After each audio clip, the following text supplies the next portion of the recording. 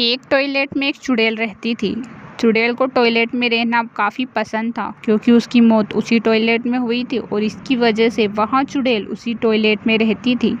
गांव के लोगों का उसी टॉयलेट में आना जाना लगा रहता था, जिसकी वजह से चुड़ैल काफ़ी परेशान रहती थी। उसे अच्छा नहीं लगता था को कोई भी उस टॉयलेट में टॉयलेट करने आए। लेकिन गांव के लोगों की तो आदत थी कि वहां उसी टॉयलेट में टॉयलेट करने के लिए जाते थे। जैसे ही सुबह होती थी, गांव के लोग टॉयलेट की तरफ निकल पड़ते थे और उसी टॉयलेट में टॉयलेट करने के लिए जाते थे। टॉयलेट के आसपास काफ़ी भीड़ रहती थी। गांव के जितने भी लोग थे वहां आते थे और वहीं पर उनकी भीड़ इकट्ठा हो जाती थी। टॉयलेट एक घर जैसे मकान में बना हुआ था। उसी के बाहर लोग खड़े रहते थे। बारी बारी से सब एक दूसरे का इंतज़ार करते थे और बारी बारी से सबका नंबर लगता था। लोगों को तो इस बात का अंदाज़ा भी नहीं था कि उस टॉयलेट में खतरनाक चुड़ैल रहती है और उसी चुड़ैल का वहाँ टॉयलेट था।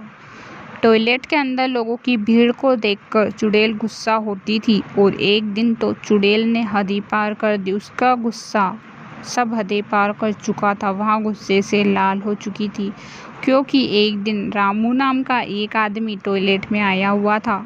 ज़ोर ज़ोर से चुड़ैल की आवाज़ें आने लगती है, जिससे कि रामू डरता है। लेकिन रामू सोचता है कि इस टॉयलेट में तो रोज़ आना जाना लगा रहता है, पता नहीं कौन इस टॉयलेट में रो रहा है। हो सकता है कोई औरत होगी जो इस टॉयलेट में रो रही हो। मुझे देखना होगा कि इस टॉयलेट में आखिर रो कौन रहा है। मुझे अंदर जाना होगा, लेकिन डर भी लग रहा है। जैसे ही रामू अंदर जाता है तो उसे टॉयलेट में कोई भी नज़र नहीं आता है, जिसकी वजह से रामू काफ़ी परेशान हो जाता है। अब तो उसके पेट की गुड़गुड़ भी गायब हो चुकी थी क्योंकि पता नहीं उसे किसकी आवाज़ सुनाई दी जो कि ज़ोर ज़ोर से रो रही थी। ना ही वहाँ बाहर है ना ही वहाँ अंदर, तो पता नहीं वहाँ कौन है जो कि रो रही थी। अब रामू बाहर जाता है तो उसे एक चुड़ैल दिखाई देती है। रामू जोर से डरता है, अरे चुड़ैल आप कहाँ से आ गई, मुझे छोड़ दो, मुझे बख्श दो। ऐसा पता रहता तो मैं इस टॉयलेट में आता ही नहीं, मैंने क्या बिगाड़ा है। चुड़ैल कहती है, चुप रहे, तुम लोगों ने मुझे परेशान कर रखा है। जब देखो जब टॉयलेट में आ जाते हो, तुम्हें पता है टॉयलेट मेरा घर है और तुम कितनी बदबू करते हो।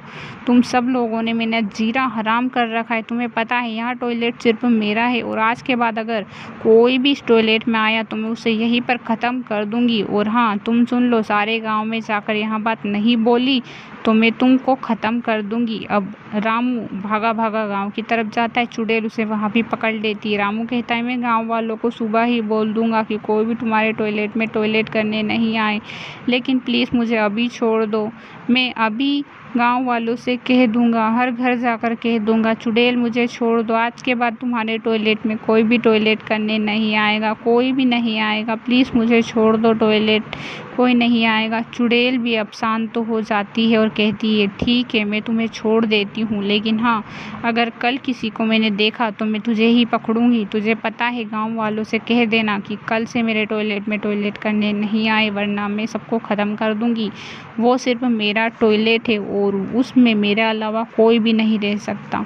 समझे या नहीं? अगर नहीं समझे तो मैं तुम्हें कल समझाऊंगी, क्योंकि कल सुबह अगर कोई भी आया तो सिर्फ और सिर्फ मैं तुम्हारे घर पर ही आऊँगी। और वहाँ चुड़ैल उड़ने लगती है। रामू वहीं पर बेहोश हो जाता है और थोड़ी ही देर बाद चुड़ैल वहाँ से चली जाती है। लेकिन चुड़ैल को उस टॉयलेट में किसी का आना पसंद नहीं था। अब रामू थोड़ी देर बाद खड़ा होता है, अरे बाबा आज तो सब लोगों को कहना ही होगा, अगर कोई भी सुबह टॉयलेट में टॉयलेट करने गया तो चुड़ैल तो मुझे ही पकड़ेगी। मुझे सब गांव वालों को अभी से बताना होगा। और रामू सारे गांव वालों को बता देता है कि उस टॉयलेट में चुड़ैल रहती है और चुड़ैल का वहाँ टॉयलेट है, कोई भी अंदर ना जाए। अगर कहानी पसंद आए तो मुझे पता है कि आपने चैनल को सब्सक्राइब जरूर से कर लिया हो।